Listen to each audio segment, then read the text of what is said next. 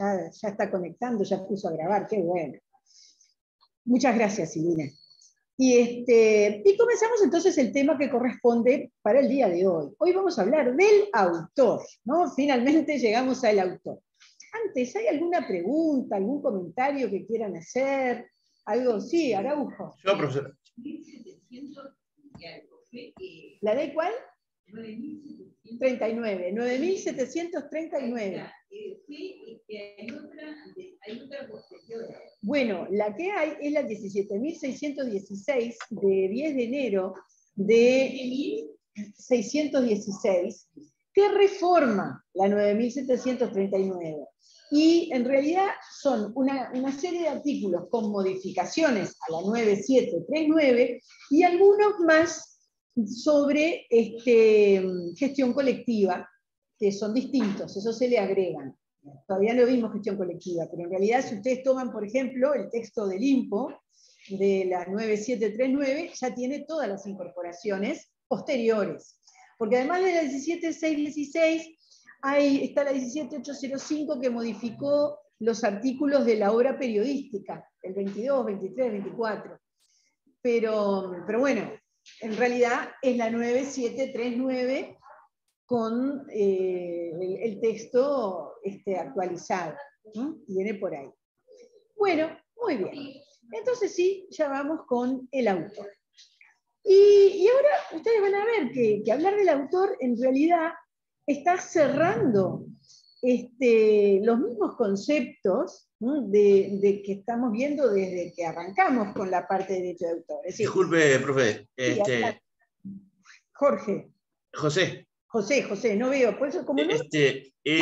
quería hacer una consulta, pero igual es de la clase, no de la pasada, sino la anterior respecto al procedimiento. Si quiere la dejo para el viernes para no entreverar. ¿Qué procedimientos? ¿Procedimientos de marcas y patentes? Claro, recuerdo cuando usted habló de que ante la denuncia de la utilización de un material para que se invertía la carga de la prueba, ¿recuerda? Bueno, pero eso es solo en patentes. Por eso, digo, esa partecita me quedó una duda, pero igual la dejamos para el viernes, igual para no. El viernes tenemos dudas extras, a las 11 estoy ahí. Dale, gracias. Perfecto. Bueno, bien, decíamos entonces, está bien, las preguntas el viernes, el lunes el parcial, ¿no? Eso ya es claro, parcial igualito que el anterior, en la plataforma, 10:30, 11:30, no venimos a clase a poner aquí parcial. Bien. Entonces, ¿por qué decía yo que cierra con la coherencia de lo que venimos diciendo hasta ahora en el tema conceptos? Nosotros dijimos, es así, bueno, como se plantea el tema, que el derecho de autor es un derecho humano, que la obra es una proyección de la personalidad del autor, que el autor tiene derechos morales. Entonces, ¿quién es el autor? El autor es una persona física. ¿Por qué? Porque tiene derechos humanos, porque es quien tiene derechos morales, es decir, en el sistema y en la base conceptual que manejamos, la lógica es que lo primero que tenemos que decir cuando vamos a presentar quién es el autor es una persona física, ¿no? Como concepto. Y esto no es menor, porque siendo el autor la persona cuyo intelecto da lugar a una expresión, ¿no? Que se ve, ¿no? se puede percibir como una obra protegida, y ahí redondeamos también lo de la última clase. Teniendo obra protegida, sabemos que hay autor. Bueno, siendo así, el punto pasa también por pensar que, bueno, que el hecho que el autor sea persona física no quiere decir que sea quien tiene todos los derechos sobre la obra. ¿No? Por lo que implica la dinámica de obtener dinero respecto de las obras, que lo obtenga el propio autor, que lo obtenga quien invierte, es decir, por lo que significa la dinámica de la explotación patrimonial de las obras. Es decir, tenemos que distinguir algunos conceptos. Una cosa es la autoría y otra cosa es la titularidad de los derechos. Que el autor es persona física significa que la autoría la autoría originaria, quién es el autor, siempre va a ser de una persona física. Pero como autoría no es lo mismo que titularidad, si bien el primero en principio, que es el titular de los derechos, es el autor, puede haber derechos que se transfieren, ¿no? Los derechos patrimoniales. Sí, Sosa. No necesariamente todos los derechos, pero no necesariamente es titular siempre de todos los derechos. ¿No? Entonces, cuando a uno le dicen, fulanito es el autor de tal obra musical, la pregunta es, ¿y quién tiene sus derechos? Porque puede tenerlos él, puede no tenerlos él. Reitero, partimos de la base, y eso lo vamos a ver claramente con detalle el 11 de mayo, es decir, la clase posterior al 9, partimos de la base de que hay derechos morales y derechos de explotación, que eso ya lo introdujimos. Sosa. En el caso de que, por ejemplo, una escritora publica un libro físico, ¿no? Los derechos que tendría A ver, pregunta Sosa. En el caso de que una escritora publique un libro físico, ¿los derechos quién los tendría? Entonces yo le digo, depende. Porque si la escritora publica y se hace cargo de los costos de la publicación de su obra, va a tener todos los derechos esa autora, esa escritora. Lo usual no es eso en la circulación de los libros. Lo usual es que hay una editorial que toma a su cargo los costos de editoriales propiamente, es decir, además compaginar y después imprimir y después distribuir. Entonces, contra el invertir y hacerse cargo de los costos, le dice, bueno, me cedes los derechos de explotación de la obra. Entonces, la gran mayoría de los casos en que uno ve libros circulando en soporte físico que tienen una editorial y un autor, bueno, los derechos de la edición corresponden a la editorial. La titularidad de derechos de explotación de la obra son de la editorial y la autora es la autora. Lo que pasa es que puede haber autores sin posibilidad de ejercer derechos patrimoniales. ¿Por qué? Bueno, porque los negociaron, porque si no, no se publicaba. Y además, porque a cambio de eso, generalmente, cuando en los que uno ve circular, le dan un dinero. ¿No?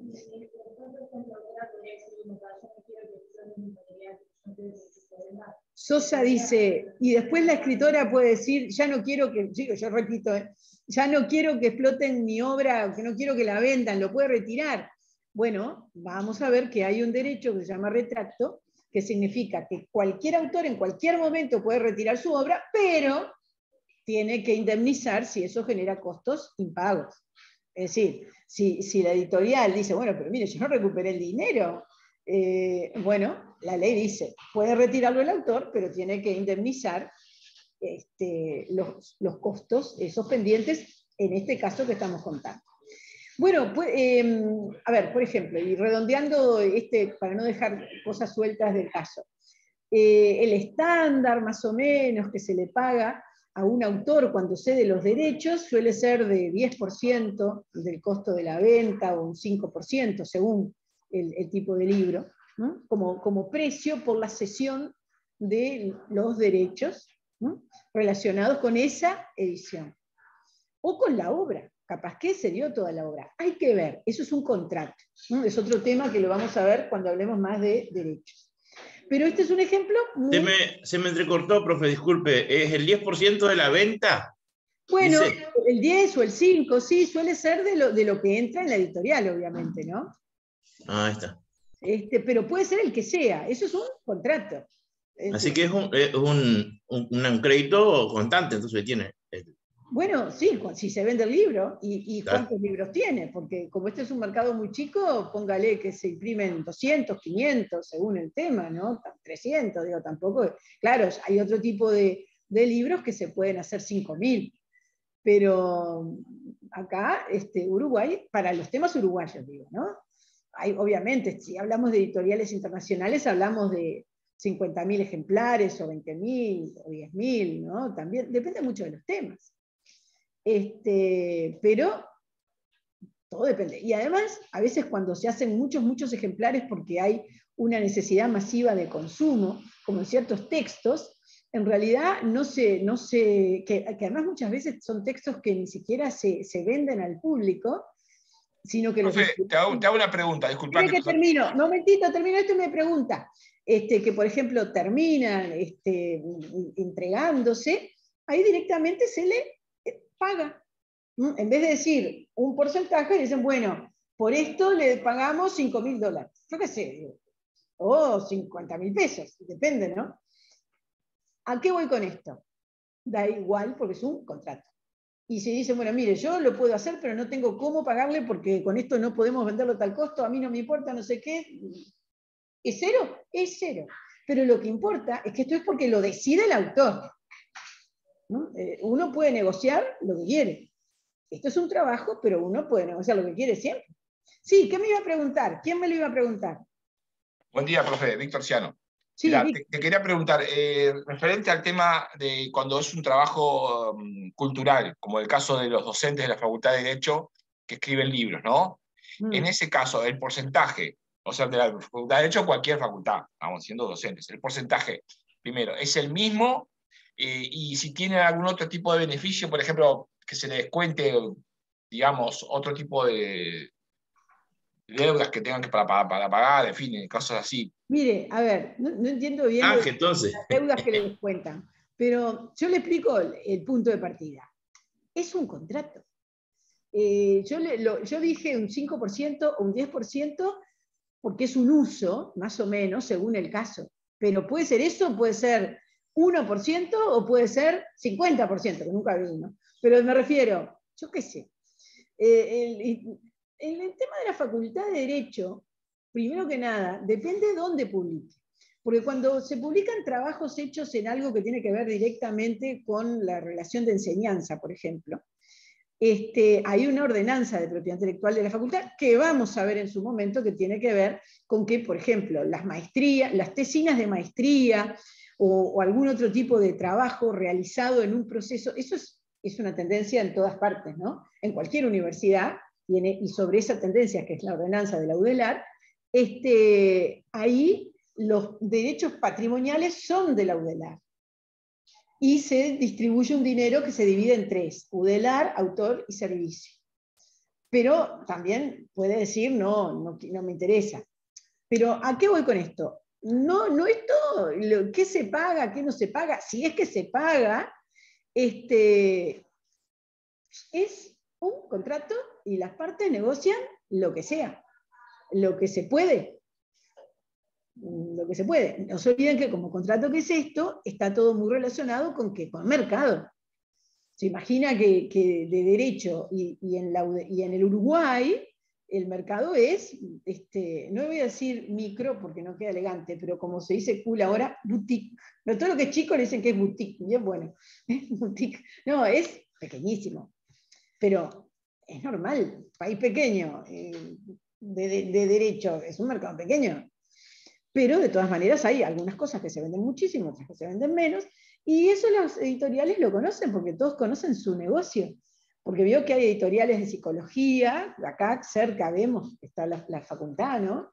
Hay editoriales de medicina, que generalmente tienen unos libros bárbaros, así todos. Disculpe que la interrumpa, sé que usted no ve las manos levantadas, por eso la interrumpo. No veo bien, pero dígame, Melody. No, mi consulta va a raíz de cómo, por ejemplo, nosotros tenemos los profesores que son autores de los libros, que los encontrás, o sea, si los vas a pagar, te salen un determinado monto, pero a su vez enfrente de la facultad está Copiced. ¿Cómo sería eso? Enfrente no, está dentro de la facultad Copiced. ¿No? Bueno, enfrente fotocopiado responsable. El Copiced es el de aquí. Mire, a ver, y enfrente fotocopiado responsable. Te explico. Hay una cosa, espere que da un tema clarito, que es así. El que fotocopia obra ajena sin permiso realiza un acto ilegal. Y mientras no tengamos una excepción que autorice, lo único que autoriza la excepción de enseñanza que vamos a ver es que en clase traigamos para enseñar obras ajenas, pero no fotocopiar los libros hechos por otros, y encima que invirtió también una editorial.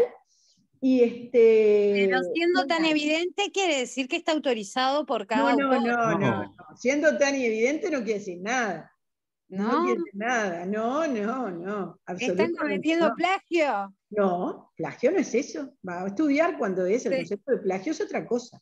El plagio quiere decir que alguien toma obra ajena y pone su nombre. Ellos no hacen eso. ¿Qué le serviría? Sí. Lo que ponen es que es de otro que le sirve, porque es el profesor.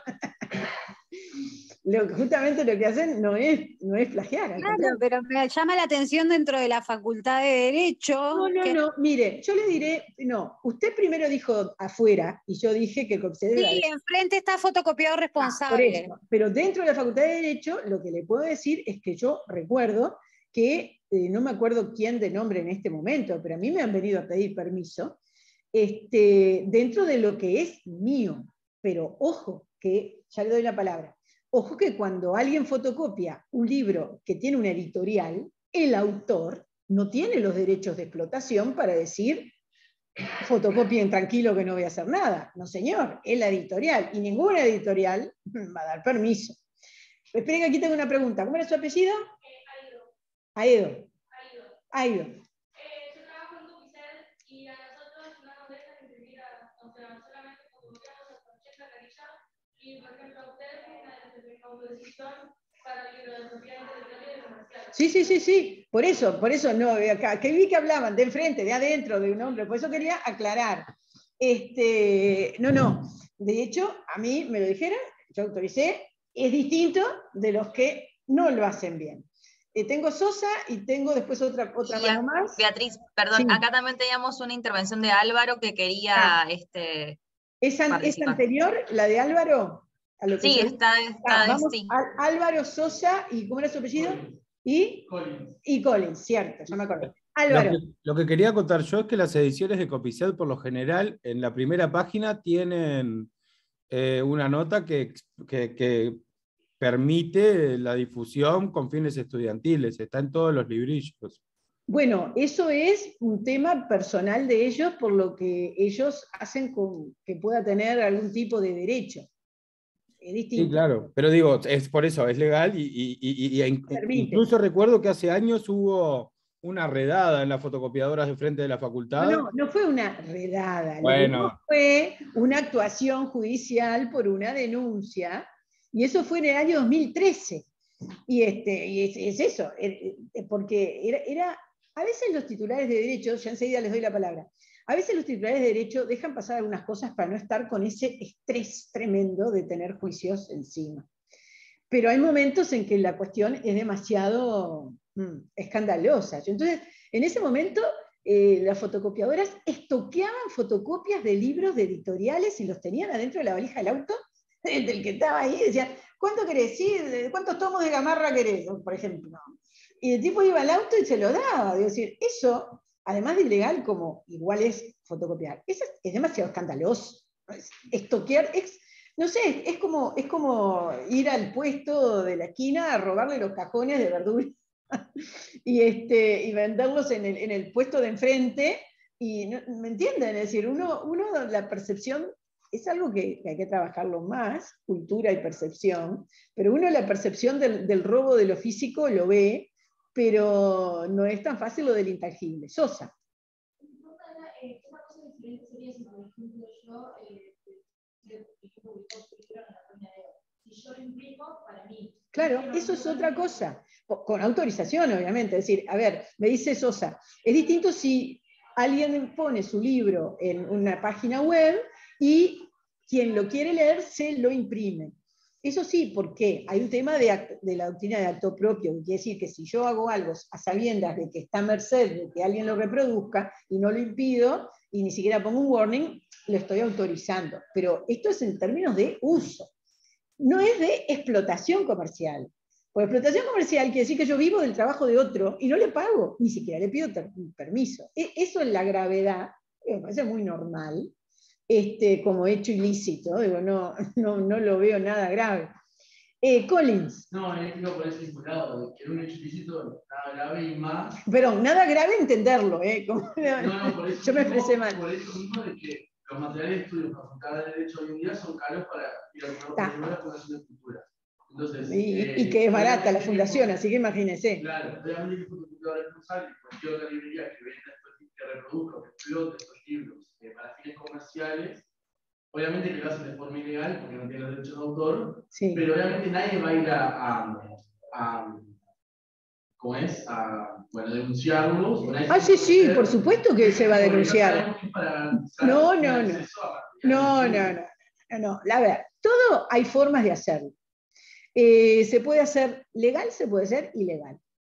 Y preparar material de estudio, bueno, preparen material genuinamente, ofrézcalo diciendo este es material de autoría de X, que lo haga. Pero el hecho de decir, yo quiero solo leer eso, y de repente el aprovecharse del trabajo de otro, está mal siempre. Y no hay una justificación, y nadie va a denunciar, el interesado tiene todo su derecho a denunciar. No, yo sé que tiene su derecho, pero también lo otro, o sea, como estudiantes, libre de Gamarra no va a... Resúmalo. Yo cuando estudiaba, en la biblioteca, cuando yo estudiaba, siempre terminamos con eso. Yo voy a decir la verdad, mire, bueno, mire, a la editorial le suele importar un poco, porque le interesa vender. Le interesa vender. Hay otra instancia importante que no trabajamos bien acá, y es los medios alternativos de publicación. Por ejemplo, a ver, yo con esta filosofía, y ustedes si han visto mi blog alguna vez, ahí tengo textos que escribo y los pongo ahí. Bueno, yo no me pongo de modelo, lo mío fue un tema filosófico, de decir, a ver, yo hablo de esto, no hago la denuncia, no sé qué. Vamos libro. Desde 2013 es mi última versión de blog. Yo voy a publicar ciertos libros de texto acá. Entonces, lo que no me gusta es que ganen plata conmigo. Y ni siquiera me pidan permiso. A mí si me piden permiso como el copicé, digo que sí, porque vamos.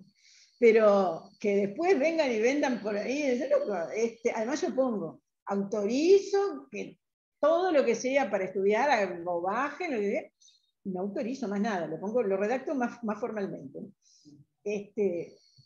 Bueno, es decir, pero a mí esto del todo vale, no, porque en el medio hay alguien que está ganando mucho, porque ese otro no le hace rebaja al margen de ganancia. O sea, yo lo entiendo, pero vamos a poner ejemplo. ¿Cuántos hay como usted que suben? No, yo creo que por eso no quería ponerme de ejemplo yo. No. Pero lo que digo, hay otros de comercial hay, 2 más, por lo menos. Pero lo que quería decirle es que también hay una cierta evolución.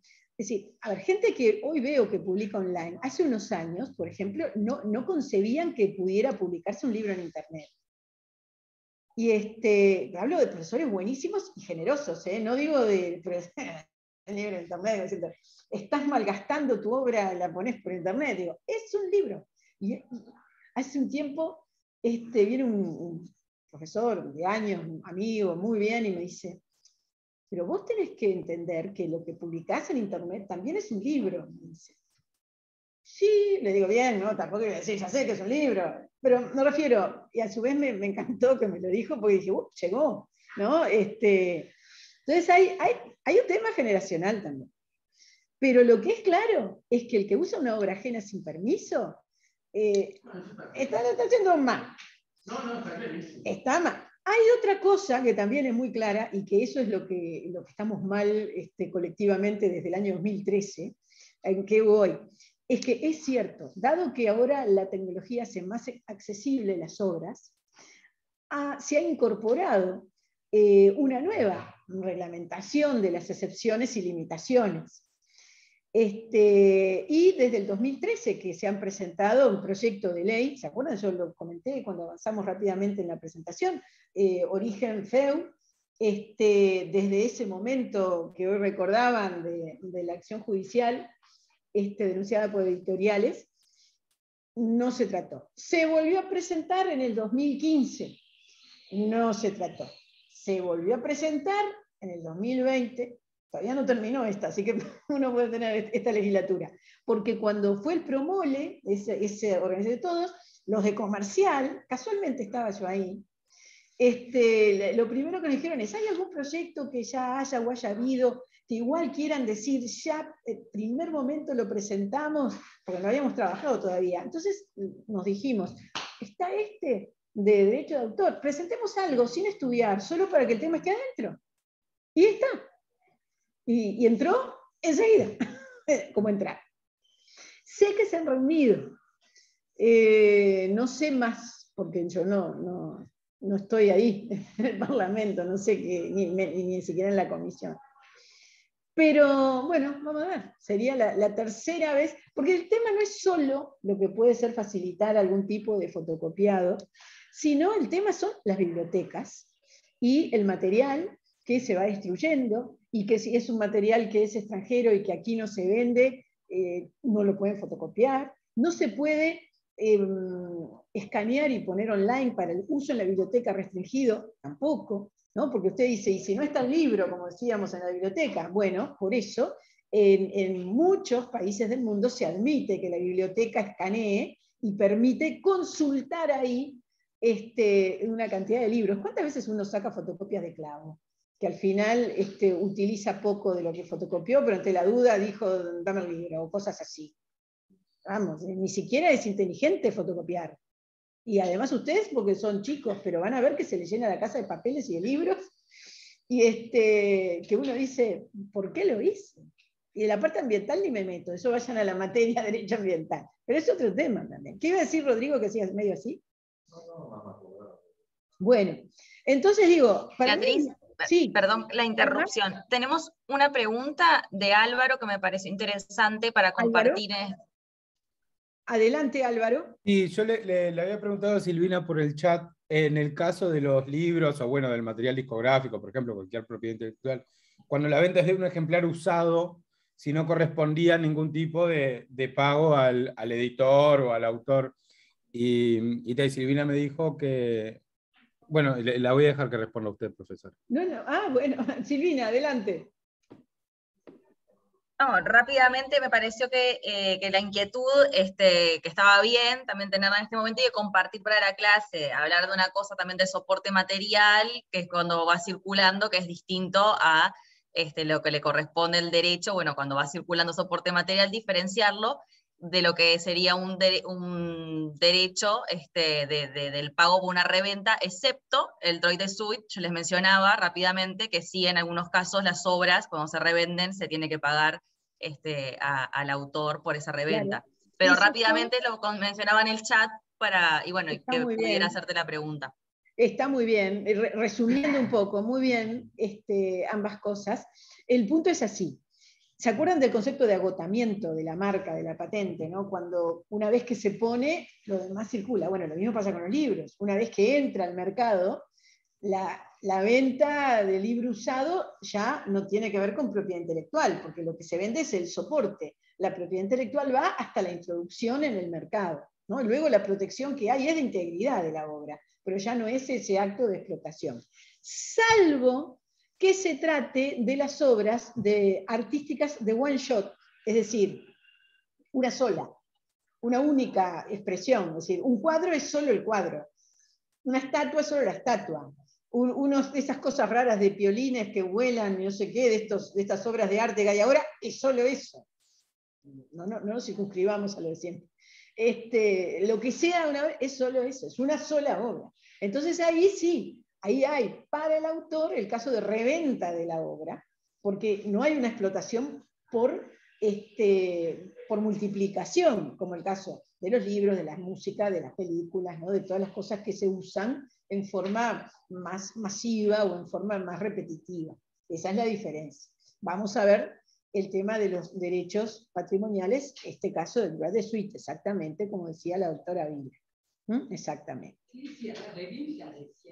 No, la pregunta venía por la venta del libro usado, es decir, y la respuesta es el tema del soporte, pero la excepción es el soporte obra única cuando es una obra artística. Esos son los tres planos de la respuesta. Bueno, muy bien, volvemos al concepto de autor. Tenemos entonces el autor, principio, persona física, quien realiza algo, el aporte intelectual, y la diferencia entre titularidad originaria o titularidad derivada. ¿No? Porque el autor, cuando crea una obra, es el dueño de todo, pero luego puede vender. Por ejemplo, la culpa es de Sosa, que habló de un libro. ¿Vio hasta dónde nos llevó? Hablamos de 40 minutos, Sosa. Bueno, quiere decir, original, derivado, bueno, porque cualquiera puede estar negociando. Y esto de la titularidad, a veces puede darse, y esto vamos a ver en algunas obras que son una excepción en este punto, de pleno derecho por imperio de la ley. Por ejemplo, cuando se trata de obra audiovisual, que ya anticipamos que es compleja, por eso la vamos a estudiar en particular, la ley dice quiénes son los autores, los creadores autores, salvo pacto en contrario. Y esos van a ser los autores en una obra audiovisual, los demás van a ser contribuyentes de un aporte intelectual, van a tener un derecho a pagar, todos esos contratos usualmente, ¿no? Pero en ese caso la ley dice quién es autor. Y en algunos casos de obras, la ley dice quién tiene los derechos patrimoniales y no los tiene la persona física que lo hace. ¿Por qué? Bueno, por peculiaridades de lo que es la comercialización, no solo la obra audiovisual, también la obra informática. Que hay un productor, que es el titular de los derechos de explotación. En fin, las excepciones las vamos a ver después. Sepan que algunas las hay con una justificación de desarrollo, de aprovechamiento o de uso de la obra. Pero al principio es la negociación que hace que el titular originario no tenga todos los derechos y haya un titular derivado de los derechos de explotación patrimonial. Bueno, bien. Un concepto más y después vamos a hablar de esos temas modernos, porque hoy temprano ya vi que estaba Lucía Suárez aquí, así que... Pero antes quiero decir una cosa más, que también medio la anticipamos la vez pasada cuando presentábamos las obras. A ver, cuando hay más de un autor, es decir, cuando más de una persona realiza los aportes intelectuales que dan lugar a una obra protegida, se habla de obra en colaboración.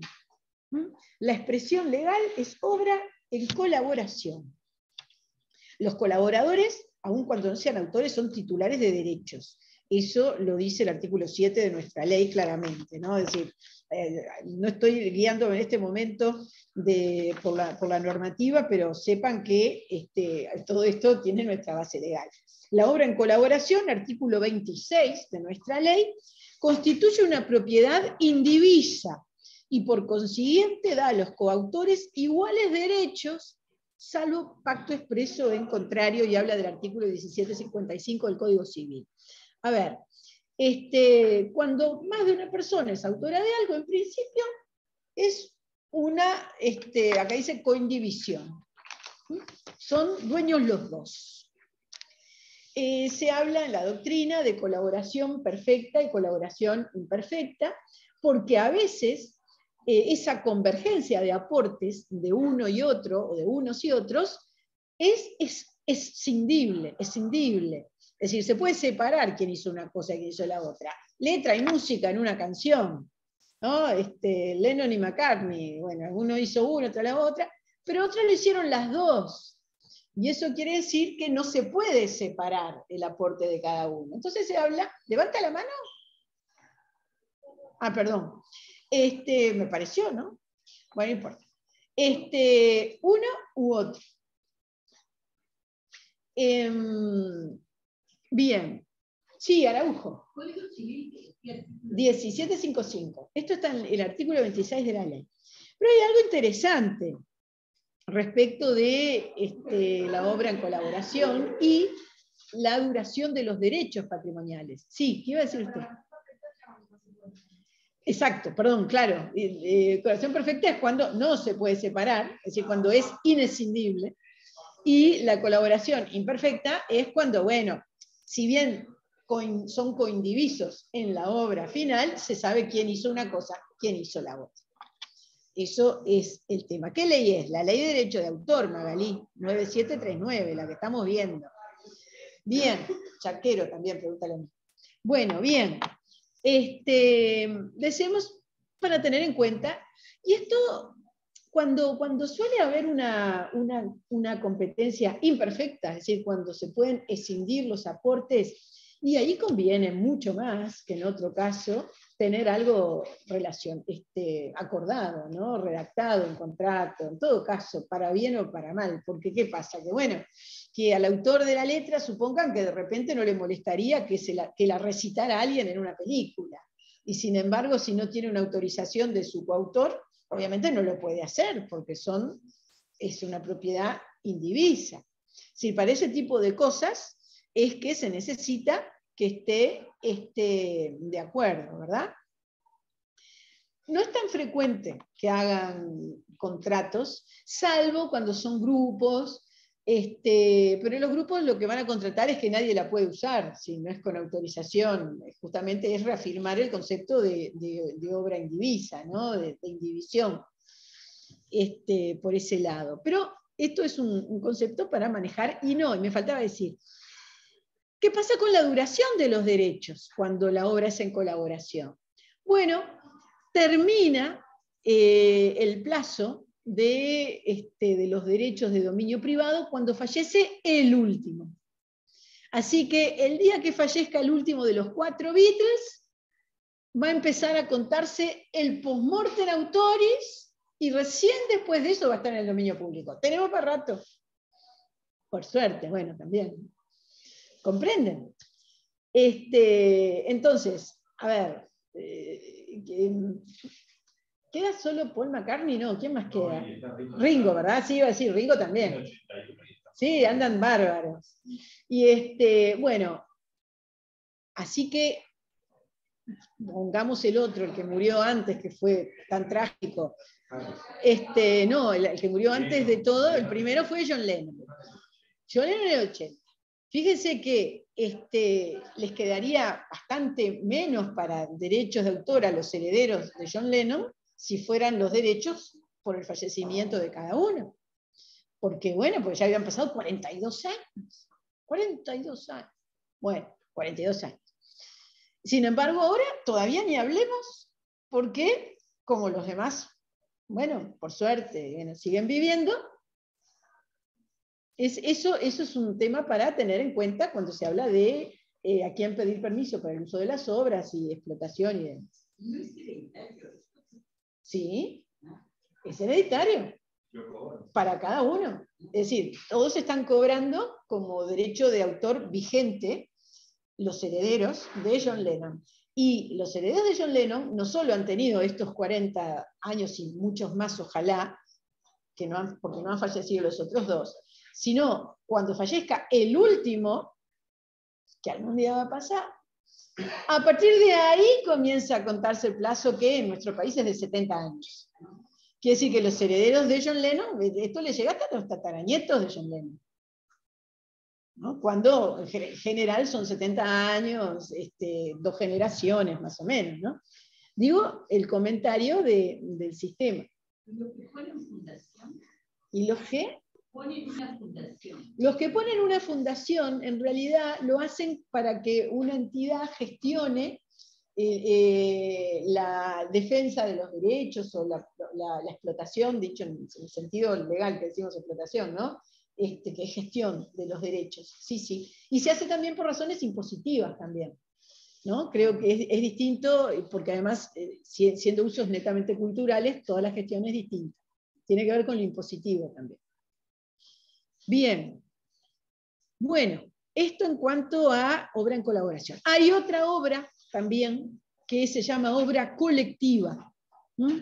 En la cual, ¿qué hay? Hay aporte de muchas personas, hay muchos aportes intelectuales. Pero sin embargo, la calidad de autor en cuanto a derechos son atribuidos a alguien, no por el hecho de que sea autor en esa obra ni contribuyente en esa obra, sino por el hecho de haberla generado, impulsado y liderado hasta su conclusión. Ejemplo típico de toda la vida, el diccionario de la Real Academia Española. se realiza con los aportes intelectuales de cientos de personas hoy, más cientos de antaño y los que vendrán. Es una obra colectiva, porque además estos aportes intelectuales que se realizan primero llevan controles de otros y miradas de otros y aprobación de otros, es decir, en realidad son, aunque el otro lo lea, lo acepte, son muchas cabezas pensando todo. Entonces, para este tipo de obras, el autor puede ser una persona no física, una persona jurídica. En este caso, no me acuerdo qué forma legal tiene la Real Academia Española, pero es una persona jurídica seguro, hace siglos. Es el autor, pero no es que sea el autor en el sentido sustancial, es una persona jurídica a la cual se le atribuye la calidad de autor, porque no hay una persona definitivamente autora de todo lo que significa un diccionario, en este caso de diccionario, o un diario. Es decir, un diario de noticias, salvo lo que pueda ser los artículos firmados por alguien, o los contratados, o la parte gráfica, lo demás son algunos que le dan directivas para escribir, otro que escribe, otro que revisa, el jefe editorial que controla, y después están los revisores de estilo. ¿Sí? ¿Quién es el autor? ¿El que puso algo en bruto o el que le dio la forma o el que definió qué iba a salir? Es injusto cualquiera de los tres, porque hay tres trabajos y que hacen un esfuerzo intelectual. Y esto multiplicado por todos los casos que puede haber en un diario, solo en un ejemplar de todo esto, hacen que típicamente un diario sea una obra colectiva. Y modernamente también muchas veces se ha dicho, ¿qué es una campaña publicitaria? Una campaña publicitaria tiene las cosas más variadas, porque al fin tiene un producto que es audiovisual, tiene texto y tiene audio, ¿no? Porque son los tres niveles de publicidad. Pero además, no es una persona el que hace todo. Es primero, un grupo piensa el eslogan, luego llaman a la que redacta textos para prensa. Hay otra que redacta textos, digo sí, pues me acuerdo de un caso, para audio. Después viene el que hace los mejores dibujos de animalitos que conoce la agencia. Y no sé qué, pero se lo modifican porque dicen, no, esperá, bájale la orejita, porque si tiene la orejita parada, el perro que acompaña queda alerta, y yo quiero que sea bueno ese perrito, bajamos la orejita, y nadie se ofende porque es un encargo para un objeto, me refiero. Entonces, para salir del caso de toda la vida del diccionario de la Real Academia, lo digo, ¿no? Bueno, hay una obra colectiva, en el sentido de que hay una serie de aportes que son intervenidos con un objetivo que lo marca ¿quién? Bueno, el anunciante o la agencia, generalmente es la agencia por cuenta del anunciante. Y el software.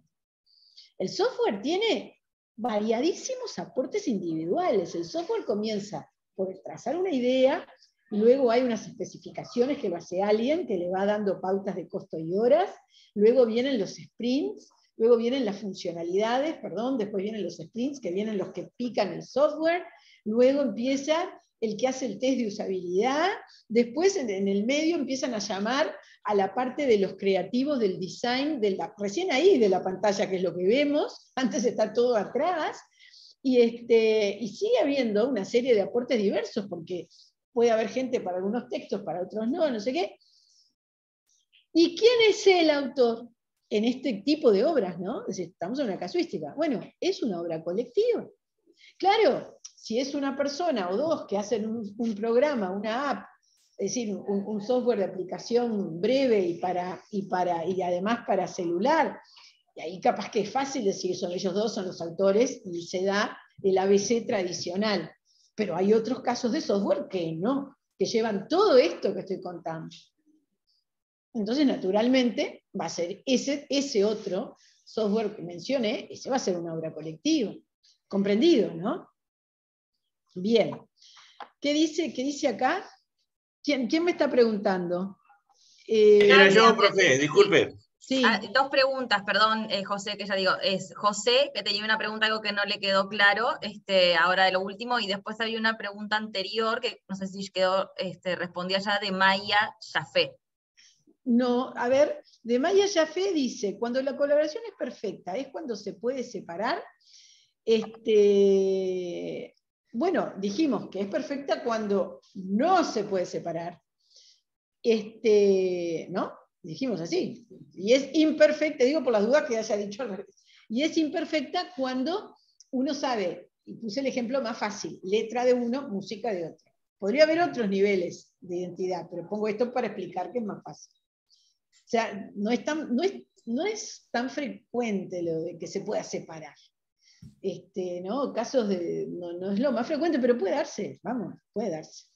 Y ahora, sí, No, José Maciel. no, hace un instante usted estaba explicando algo ahí y acá en mi computadora por lo menos salió solo ruido por un instante bastante largo. Sí. Y lo único que alcancé a escuchar, persona jurídica. Pero no sé de qué se trataba ese tema, pero no importa, yo lo leo en el libro igual, de alguna forma. Escucha el video después. No, pero está bien, está bien. Persona jurídica. Lo único que entendí fue eso, pero aparte fue prolongado el ruido, por eso no sé si fue para mí o... Tal vez fue cuando dije que en ese caso, en la obra colectiva, podía atribuirse la calidad de autor a una persona jurídica. Tal vez fuera eso. Muchas gracias, disculpe. Seguramente es eso, no hay problema. Bueno, bien. Entonces, como les decía, hablamos del autor, la persona física, luego este tema de titularidad y autoría, luego titularidad originaria o titularidad derivada de los derechos, y después vimos esto de la obra en colaboración, de la obra colectiva, que son todas variantes de situaciones, bueno, de la realidad, en definitiva, que hacen a todo este análisis. Pero ahora vamos a ver, vamos a encaminarnos a un tema, ¿qué pasa? Y voy a plantearlo yo y nos va a explicar Lucía Suárez este tema. Hace un tiempo lo que puso de nuevo, hace un tiempo, tal vez hace 10 años, ¿no? Un poquito menos, pero muy poquito menos. Puso en jaque los temas de concepto de autoría por lo siguiente. Yo cuento la anécdota y nos explica usted, Lucía. Es el caso de Naruto. Naruto, bueno, hay muchos casos Naruto porque no es tan frecuente la expresión Naruto, pero este es de Naruto, bueno, ahora no me acuerdo cómo es el simio de Malaya. Bueno, usted nos dice ahora bien. Un fotógrafo Schlachter en la selva sacando fotos, parte de su trabajo. Entonces este buen señor, ¿qué dijo? Voy a poner todo de manera de que, porque venían estos, voy a decir mono, pero no es mono el mono tal, es otro tipo de mono, que ahora me olvidé, el tipo de mono. Los monos ahí eran muy amigables, estaban alrededor del tipo todo el tiempo, toqueteaban las cosas y no sé qué. Entonces, ¿qué hizo este fotógrafo? Como una especie de recodo ahí de la selva, acomodó todo, las cámaras, cables e interruptores, ¿no? Para que los monos vinieran, toquetearan todo, porque eran así. Empieza con Bo, este tipo de simio, que ahora me olvidé exacto, y se sacaron fotos, no sé qué decir. A ver, este señor algo hizo. No es el famoso caso de la ardilla que agarra una GoPro, se la roba a un señor que la había dejado ahí y la sube prendida hasta su nido y quedó todo filmado, porque subió automático por internet. No sé si vieron ese video. Yo hace años uno ponía ardilla GoPro en YouTube y miraba y decía, es Spielberg esa ardilla. Bueno, no. Digo, la cosa es que salieron unas fotos espectaculares. Lucía, si usted quiere la cojosteo y tiene la foto ahí para que quede incorporada, o si no, ustedes pongan selfie del mono Naruto y van a ver una sonrisa espectacular. Acá Lucía puso el link. Usted dice que lo ponga yo, a ver, la pongo. Esas son las notas que yo leí para... Bueno, voy a... Para que después si quieren leer. Voy a ponerlo por acá, espera un poquito que... ¿Lo podés poner? Si no, yo lo comparto la pantalla, ¿quieren? Bueno, a ver, yo recién lo puse acá, ¿sí? Viene uno atrás, adelante, hacelo tú que va a ser más fácil, Silvina, porque acá se me enloquece. Macaco era el mono. Macaco. Macaco era más bien un bo no sé qué, bueno. La vieron ustedes que vi que sonreían, salvo que sea otro mensaje. Bueno, salió una selfie con un mono con una sonrisa en los dientes. Ese es Naruto, hagan medio así porque les va a gustar. En realidad no es solo uno, en realidad fueron varios. Acá quedaron una pila, ya quedan grabados acá en el Zoom. En realidad son varios, no es uno solo. Saca. Y aquí vino algo que fue lo que explotó en el mundo, porque el punto es que el señor le pareció muy bueno decir, sí, yo le saqué, la foto es la selfie del mono, se viralizó, y en un momento el tipo dijo, es mía, yo hice el esfuerzo, el derecho es mío, el autor soy yo, quiero cobrar. Porque ya no era solo que circulaba, ya era que la usaban para publicidades, para cosas, digo, ya la cosa era muy llamadora, van a ver que es difícil. Profe, Sí. ahí yo lo que había leído es que... Ahora, Lucía, hable usted, cuéntenos el tema de lo que pasó. Adelante. Bueno, básicamente que la Wikimedia, que es la fundación detrás de la Wikipedia, había dicho de que Naruto el mono no tenía derechos sobre la foto porque no era consciente de lo que estaba pasando. Entonces ahí PETA, que es personas por el trato ético de los animales, salió a decir de que el humano no podría utilizar a los animales para su explotación y beneficiarse acerca de ellos. Entonces lo que hizo fue recurrir a la justicia, lo que la primera demanda se desestimó.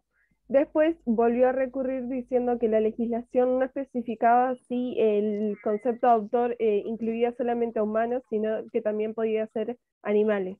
Entonces ahí lo que el juez decía era que el mono no se podía saber si el mono quería ser el titular de esos derechos patrimoniales y que por lo tanto esa titularidad le pertenecía a este fotógrafo que se llama Davis Flatter.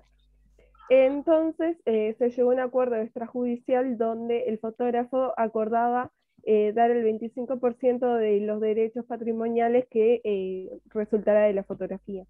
Y ahí, entre el fotógrafo y la fundación, lo que acordaron es que se debería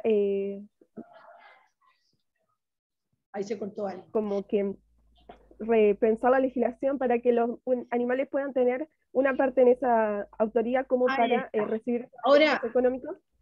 Espera un poquito, Lucía, yo voy a decirlo acá para que lo escuchen también de atrás, porque ahora se pusieron entre no sé qué obra que están haciendo, unos charlando al lado, y justo en este momento nos boicotearon casi todo. Esperen que voy a repetir para los de aquí. Esto generó, a ver, primero, claro, Wikipedia puso la foto y dijo, tengo todo el derecho, porque el mono no es una persona física, no es autor, y él no tenía conciencia de que salía en la selfie. El señor decía, a ver, el aporte intelectual para la generación de una foto lo hace el fotógrafo. El hecho de que el funcionamiento haya sido por una fuerza no manejada por mí, no reduce la parte intelectual de haber armado esto.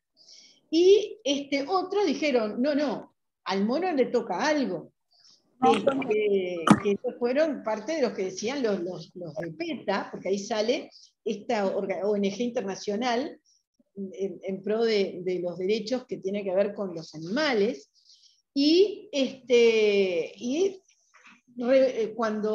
porque además, ¿qué pasó en el medio? También Slater lo quiso registrar a su nombre en la oficina americana, y entonces PETA dijo, no, que esto es del animal, en la oficina dijeron, los animales no tienen derechos de autor. Bueno, ¿cómo se terminó el embrollo que pasó por juzgados? Señores juzgados norteamericanos atendiendo este tema porque eran reclamos por no le pagar. Terminó con un acuerdo económico en el cual un porcentaje del dinero que podía obtener el autor, que era el fotógrafo, se lo iba a donar para una fundación, que después era cuál, que no era PETA, era para una de apoyo a estos monos en el país donde encontraron estos monos. Esto es muy interesante. Muy interesante, primero que nada, porque a esta altura hay todo un tema de consideración de si los animales pueden tener derechos como tales. En algunos estados ya hay leyes que hacen referencia a derechos del animal y que no es un objeto de propiedad, sino objeto de tenencia responsable.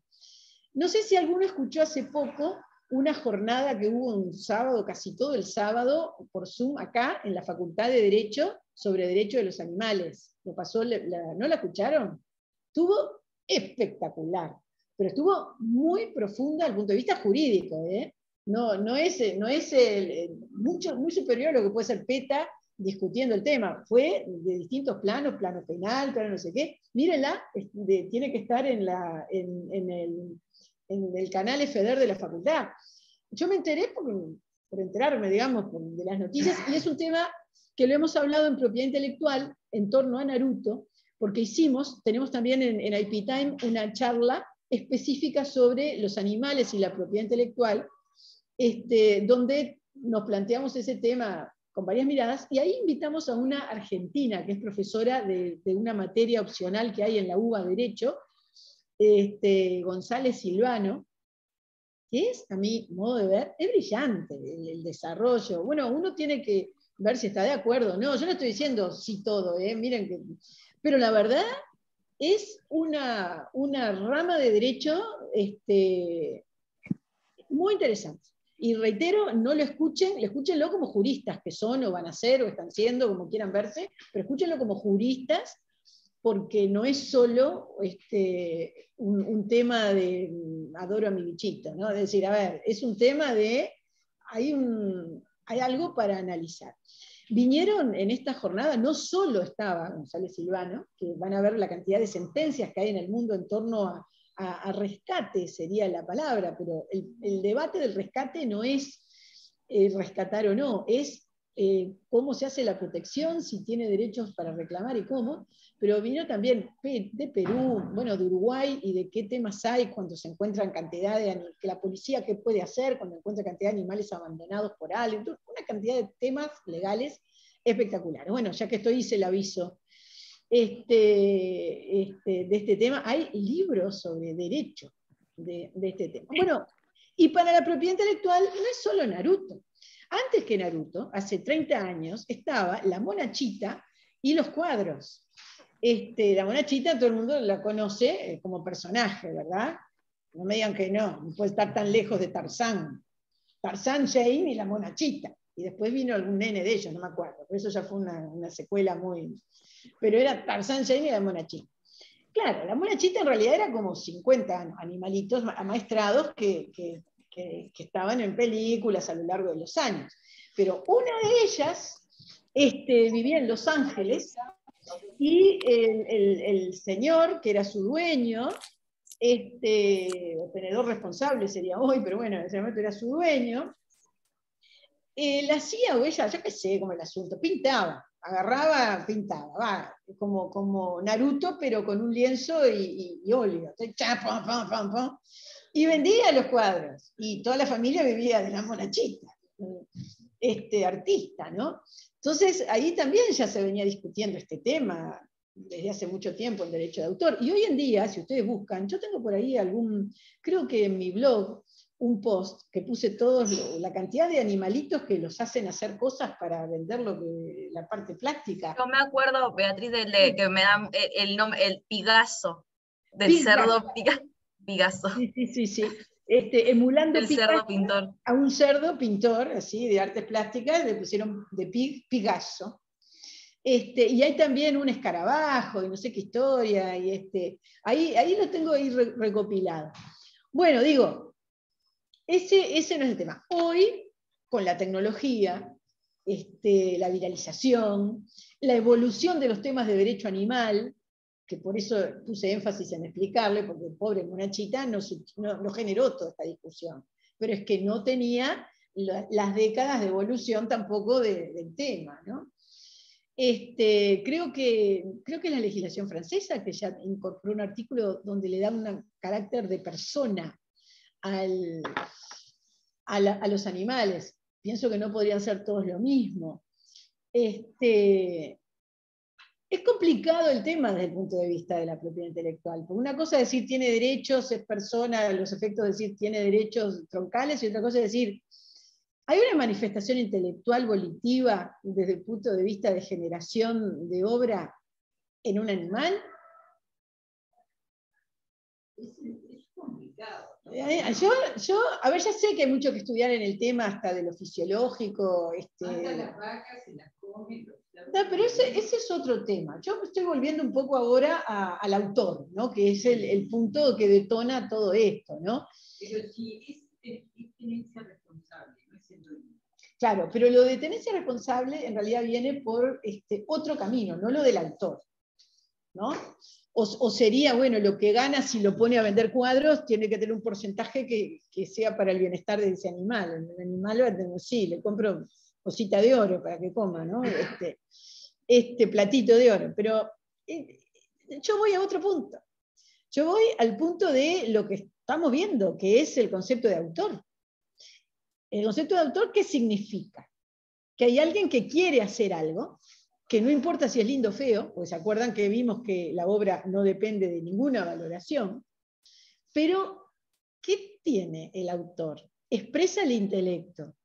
Si es solo expresa el intelecto, bueno, sí, cualquier animal expresa. ¿Expresa qué? ¿Se llama intelecto? Hay mucho camino por recorrer. Creo que hoy el concepto de autor como tal no va en la cabeza animal, por lo que sé, por lo que escucho. Yo no estoy diciendo que no sea persona, que si hace algo no le corresponda aparte.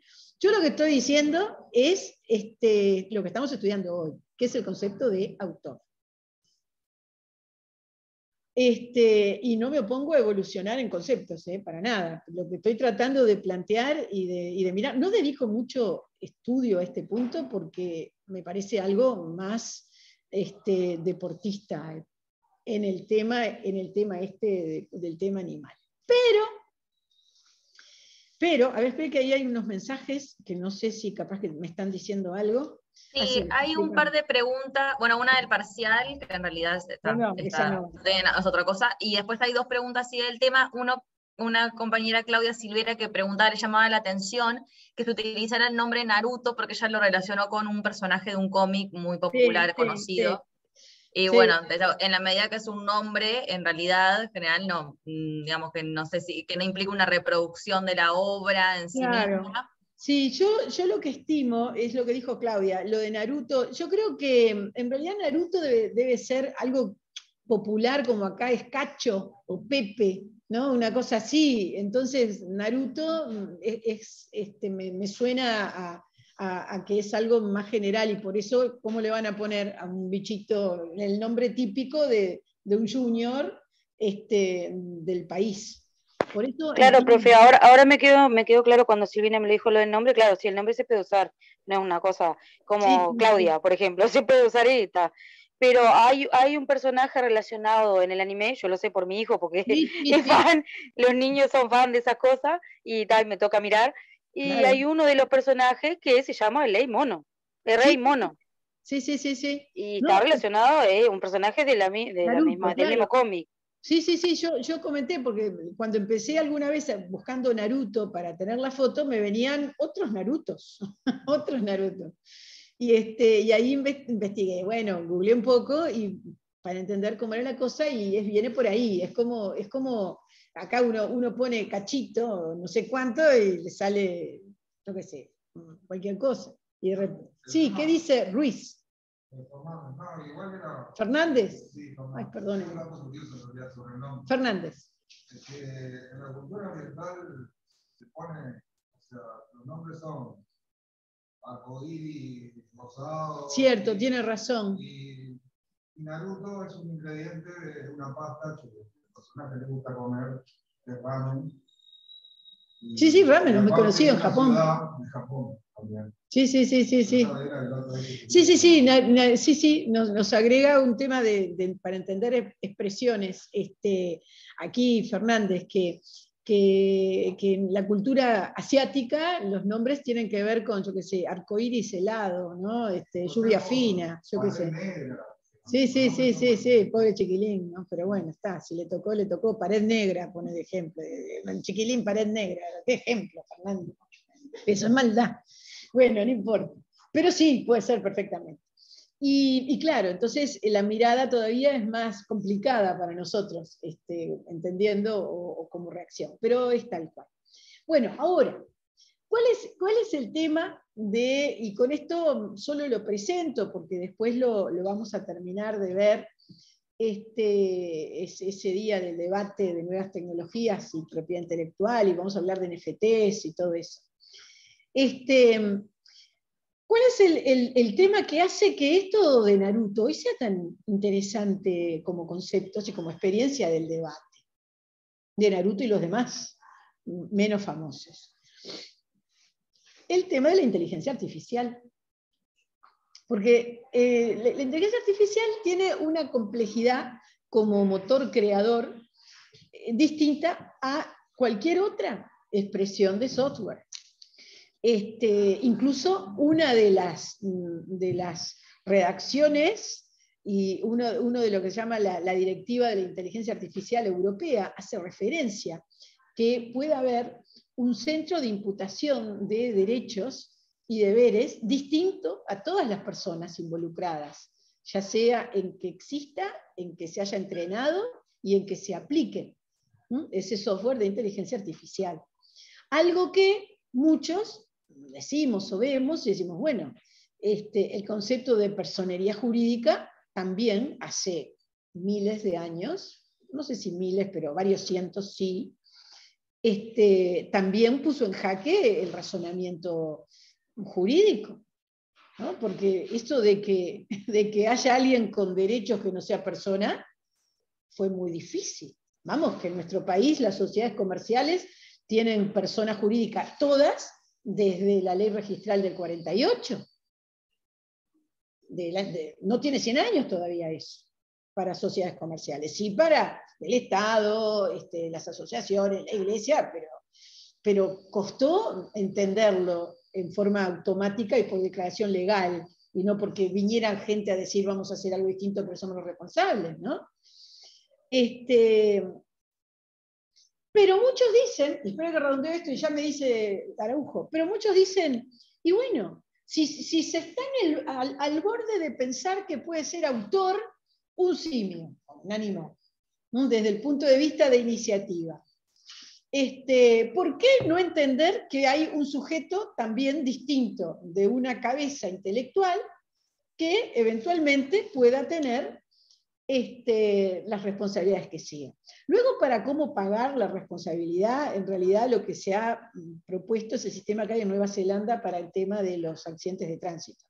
En Nueva Zelanda, para accidentes de tránsito hay un fondo que se genera y los accidentes de tránsito tienen cobertura. Luego ese fondo va a la persona contra.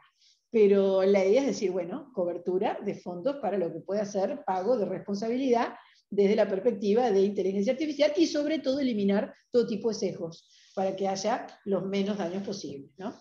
Eso es cómo viene el tema ahora. Pero este debate que hoy hicimos, este comentario y análisis que hoy planteamos, en realidad adquiere para el futuro una relevancia particular por este otro escenario, el de esto generado, que a su vez toma decisiones entrenadas, que no lo han querido así. Nadie, ninguna de las personas humanas, físicas, quiero decir, que han participado en el proceso de la existencia de la inteligencia artificial. Les estoy debiendo el link demostrativo básico buenísimo que les dije, lo sé, lo voy a colgar, pero como igual lo vamos a discutir más adelante, por eso no prendí la luz roja todavía, link. Pero bueno, como tenemos destinado un día para hablar de este tema, para ser un poco ordenados, ¿no? Para no estar siempre saltando. Esta materia, vieron desde el primer día, nos da para saltar de distintas formas porque hay mucha cosa, ¿no? Pero lo vamos a manejar porque actualmente el debate respecto del concepto de autor ya dejó un poco de mirar el caso de Naruto, porque bueno, tuvo un proceso, tuvo un pico ya abajo, y hoy está en este tema de la atribución de responsabilidades y eventuales derechos a una entidad distinta, a una entidad distinta de personas físicas participantes en ningún momento. ¿No? Eso es el punto. Araujo, ¿qué nos iba a decir? No, porque usted decía autor. El autor es una persona, no puede ser un símil. Claro, a ver, digo, yo vengo explicando el razonamiento, el concepto, el fundamento. Capaz que estamos al borde de un cambio, ¿no? Es decir, uno también tiene que ver, además los cambios tienen un proceso, nunca, en términos conceptuales de estas cosas, nunca ni por una ley se hace, ni se hacen de un día para otro, ¿no? Si tal como hoy venimos y se justifica, vieron que yo vengo haciendo la base conceptual de todo esto que lleva. Y bueno, el autor es una persona física, si es un derecho humano, si es una proyección de la personalidad, si, es lógico que la afirmación diga que el autor es una persona. Una cosa es el autor y otra cosa, reitero, son los titulares de derechos. El artículo 7 de nuestra ley dice quiénes son los titulares de derechos.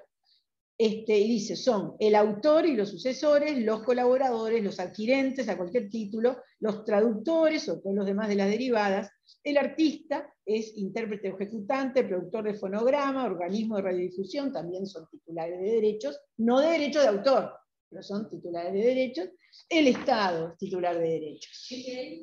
La 9739 es nuestra ley de cabecera de aquí a fin de curso. Claro, no, porque está la otra. No, pero esa no, nosotros usamos la 9739, lo que ya está incorporado, no otro. En fin, eso es lo que queríamos. Acá está Ginés, que dice, bueno, está hablando de Naruto anime. Hoy Ginés está con el anime. No, está bien, me parece muy bien. Profe, perdón, fue una conversación entre yo y Ginés, Sí, o Ginés y yo mejor. Está bien. No era para la clase, pero bueno, perdón.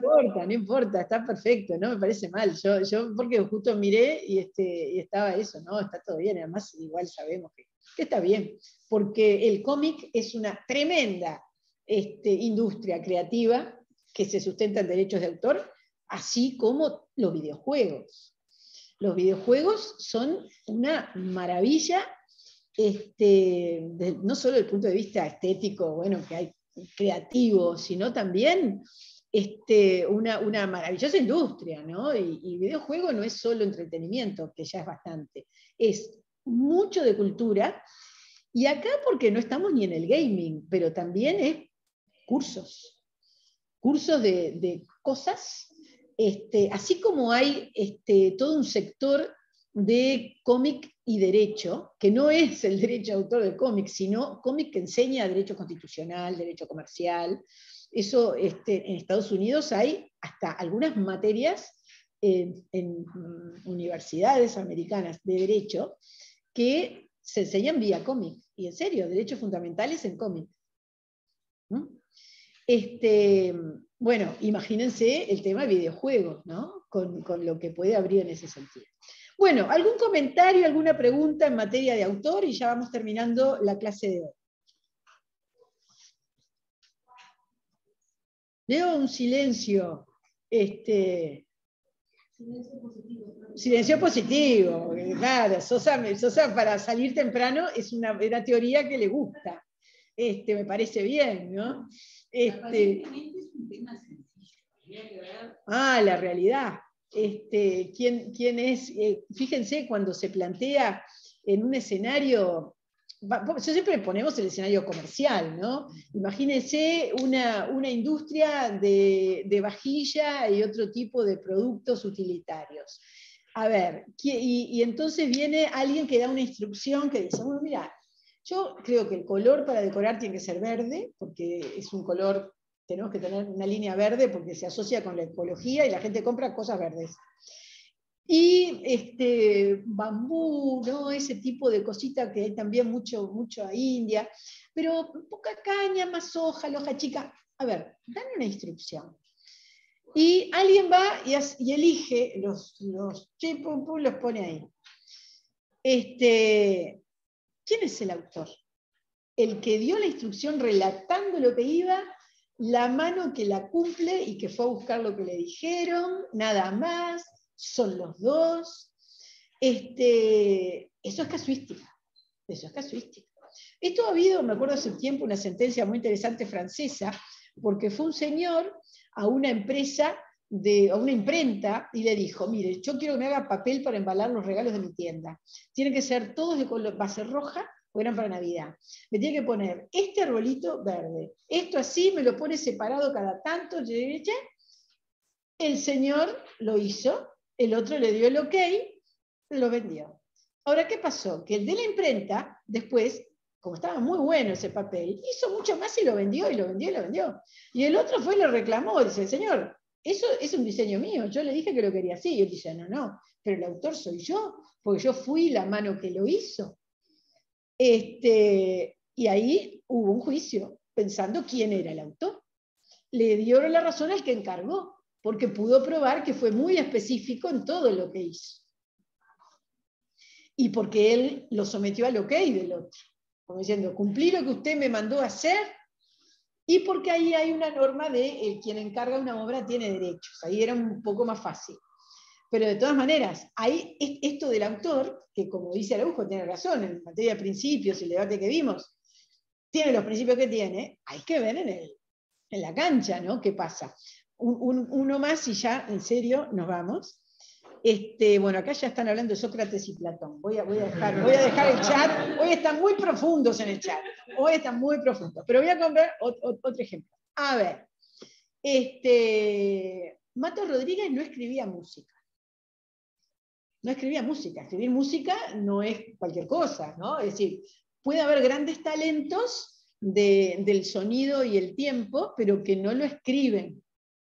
Y lo escribía otro. Otro era el que escribía la música que él generaba, ¿no? Entonces el punto es, ¿quién va a ser el autor ahí? Bueno, ahí parece clarísimo. El autor es el que generaba la expresión, porque el otro lo que hacía era registrarlo. Ahora, eso es lo mismo. Acá en esto no hubo ningún juicio que yo sepa. Pero la comparsita, sí, eso. Sí, pero por otra cosa. No, pero fue por otra cosa el debate. No fue por esto. No fue por esta parte. Fue otra, sí, hay todo un caso muy interesante. Que una vuelta. No, y además el que investigó todo es un profesor que hemos traído, ¿no? Exacto. Pero además, otra cosa, digo, ese escenario es muy distinto de otro que también generó en Francia. Yo dije que en Francia están siempre en estos temas del debate y de los casos. Un escultor, la artritis, las manos ya no las podía, porque era escultor de mármol, escultor del físico, ¿no? Por eso decíamos que el tema artístico es físico. Entonces ya mayor, era un tipo famosísimo. Y ya mayor tenía, como tienen todos escultores y pintores, tenía aprendices, ¿no? Ahora se dice stage. Antes era el aprendiz del taller, ahora se le dice un stage en la casa de fulano, que quiere decir taller. Bueno, es lo mismo. Pero entonces tenía 1 o 2 aprendices que él les decía, no, ¿te acordás eso que hacemos así? Hacelo acá. Esto es así, ta. Bueno, y había uno que él sentía que lo representaba más, y bueno, trabajaban más así, de esta forma en común. Y bueno, muere el escultor, y el señor dice, esto es una obra en coautoría, porque él decía una cosa, pero yo también aportaba. Y otros decían, no, él le decía todo lo que usted tenía que hacer, usted picaba. Bueno, no me acuerdo cómo terminó. Creo que terminó arreglando por plata, una cosa de porcentajes o algo así, pero de nuevo ahí hay otro tema interesante de quién es el autor y quién es el que está realizando un esfuerzo, obviamente fundamental para que exista, pero el tema no es si es fundamental, el tema es si puede atribuirse a esa prolongación de la personalidad. Sí, Sosa.